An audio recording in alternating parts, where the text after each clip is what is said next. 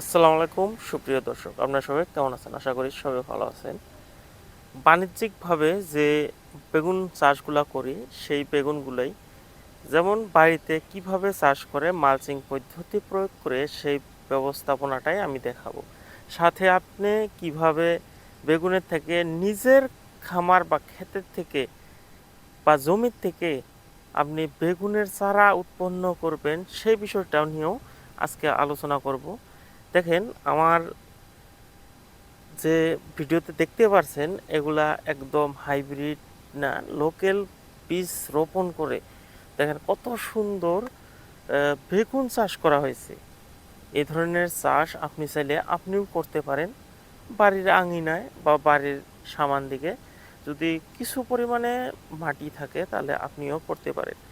গাছগুলার যদি আমি দেখাই, খুব নকনকে একদম খুব সুন্দর, গাছে কোনো পোকার আক্রমণ নেই।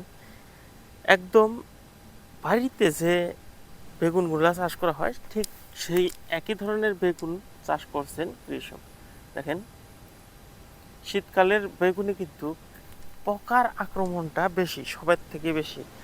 আর এই গাছগুলা দেখেন মোটামুটি হাইট কিন্তু 5 থেকে 6 ফুট অবধি হয়ে গেছে। সবে মাত্র ফল আসা শুরু হয়েছে। 5-6 ফুট পরে যখন এই গাছগুলোতে ফল আসে, দেখেন প্রত্যেকটা ডালে কিভাবে ফল আসছে, দেখছেন? একটা ডালে 6টা 7টা 8টা করে ফল আসার শুরু হয়েছে এই প্রথম। কিছুদিনের ভিতরে এই গাছগুলিতে ভরপুর ফল হয়ে যাবে। আমি এর আগে একটা এই খামারেরই ভিডিও দেখাইছিলাম, তো সেখানে বেগুন কিভাবে চাষ করা হয় সেই বিষয়গুলা নিয়ে আলোচনা করছিলাম।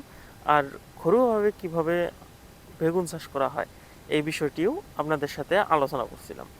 যাই হোক, যেই জায়গাতে শালি ধানের বাইরে কোনো চাষ হয় না সেখানে এক কৃষক ভাই কিন্তু এই চাষটি করে তাক লাগিয়েছে।